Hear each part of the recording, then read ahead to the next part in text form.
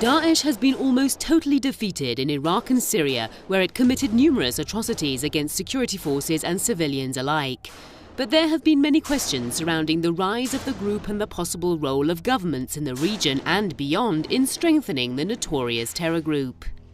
A UK-based monitoring group holds the US party responsible for strengthening Daesh.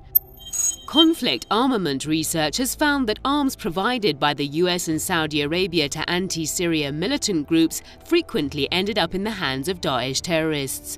The organization said the weapons were either captured on the battlefield or gained through shifting alliances within the militant groups. The report added that in one case, a sophisticated missile the US had bought in Bulgaria ended up in Daesh's hands.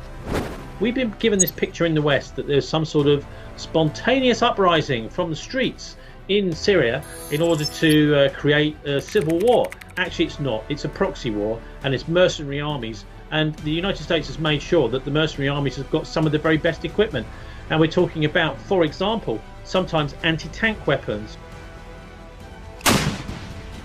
Some observers claim the US deliberately allowed the arms to fall into the hands of the terror group.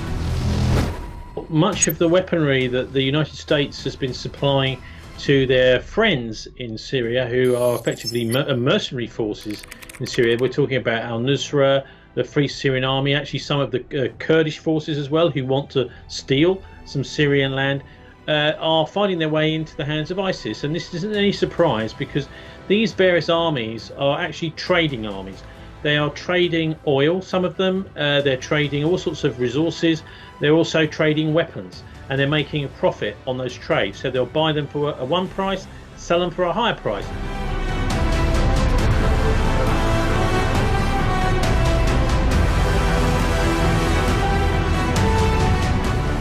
The report by Conflict Armament Research also says more than a third of the arms used by Daesh in Iraq and Syria came from EU member states, including Germany. In its 200-page investigation, the weapons tracking organization said more than 30% of the arms used by Daesh terrorists on the battlefield in Syria and Iraq originally came from factories in Bulgaria, Romania, Hungary and Germany. The study by Conflict Armament Research is the result of 3 years of fieldwork in the two Arab nations.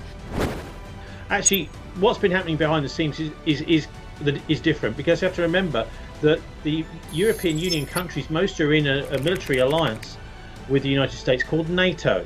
And actually NATO calls the shots in many ways. It's also based in Brussels, and they are aligned effectively with US foreign policy, not with European foreign policy. So what you've got really is words coming out of Brussels which soothe the mentality and the consciousness of the European people.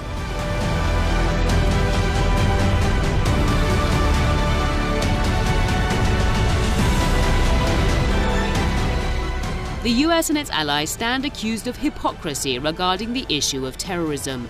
Iran's Foreign Minister Mohammad Javad Zarif has criticized Washington over its arms deliveries to terrorists in Syria, saying the hypocrisy of the current US administration knows no bounds.